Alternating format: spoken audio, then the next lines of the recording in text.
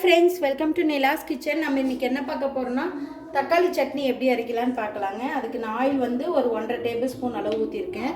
நல்லா காயிட்டும். ஆயில் நல்லா காஞ்சதும் ஃபஸ்ட்டு நான் ஒரு 5 வரமிளகாயை ஆயிலில் வறுத்து எடுத்துக்கிறேங்க. இந்த மாதிரி அந்த வறுத்து எடுத்துட்டிங்கன்னா அதோட பச்சை வாசம் வந்துடும், நல்லாயிருக்கும். ரொம்ப வறுக்கவும் கூடாது, ஓரளவுக்கு வறுத்திங்கன்னா போதும். ஆயிலில் பாருங்கள், ஓரளவுக்கு வறுபட்டுருச்சு. அந்த ராஸ்மெல் போகிற அளவுக்கு வறுத்துக்கோங்க. இதை ஒரு பவுலில் மாற்றிக்கிறேன். இப்போது நான் சின்ன வெங்காயம் ஒரு 10, 2 பெரிய வெங்காயம் எடுத்துக்கோங்க. பூண்டு ஒரு பல் எடுத்துருக்கேன். இது 3ஐயும் போட்டுக்கிறேன். இது நல்லா வதக்கணும். இது கூட ஒரு 1/4 ஸ்பூன் அளவு சீரகம் சேர்த்திக்கிறேன், ஜீரணத்துக்காக. ரொம்ப அதிகமாக சேர்க்க வேண்டாம். இது நல்லா வதங்கட்டுங்க. கொஞ்சமாக கல்லுப்பு ஆட் பண்ணிக்கிறேன், சீக்கிரம் வதங்கிறதுக்காக. அப்புறம் நமக்கு உப்பு கரெக்டாக இருக்கான்னு பார்த்துட்டு கூட ஆட் பண்ணிக்கலாங்க. இது நல்லா வதங்கட்டும். ஆனியன் நல்லா வதங்கிட்டுருக்கு. இந்த ஸ்டேஜில் ஒரு கைப்பிடி கறி லீஃப் போட்டுக்கிறேன். அதையும் போட்டு வதக்கலாம். கருவேப்பிலை கொஞ்சம் சட்னிக்கு அதிகமாக போடுங்க. இதில் நிறைய இரும்பு சத்து இருக்குதுங்க.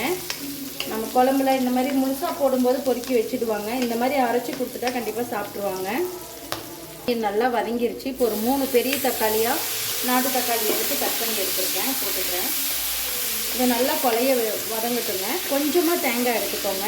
ஒரு 2 ஸ்பூன் அளவு தேங்காய் மட்டும் திருவி எடுத்துக்கோங்க. இது வதங்கட்டும், அதுக்கெலாம் நான் தேங்காய் திருவிக்கிறேன். பாருங்கள், தக்காளி போட்டு நல்லா வதங்கணும். தக்காளி இன்னும் கொஞ்சம் வதங்கட்டும். இது கூடவே ஒரு 2 டேபிள் ஸ்பூன் அளவு தேங்காய் எடுத்துருக்கேன், ரொம்ப வேணாம். 2ம் நல்லா வதங்குதுங்க, அப்போ தான் நமக்கு கெடாது. இது வதங்கும்போது புளி கொஞ்சமாக போட்டுக்கலாங்க, ரொம்ப அதிகமாக வேணாம். ஒரு சின்ன நெல்லிக்காய் சைஸ் அளவு போட்டிங்கன்னா போதும்.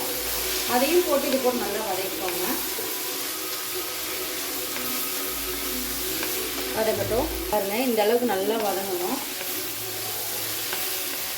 அவ்வளோதாங்க. இது ஆறுனோடனே நம்ம மிக்ஸி ஜாரில் அரைச்சி எடுத்துக்கணுங்க. இந்த மாதிரி அமுத்துனீங்கன்னா தக்காளி நல்லா மசிஞ்சு வரணுங்க. இந்த அளவுக்கு நல்லா வதங்கணும். வதங்கட்டும்.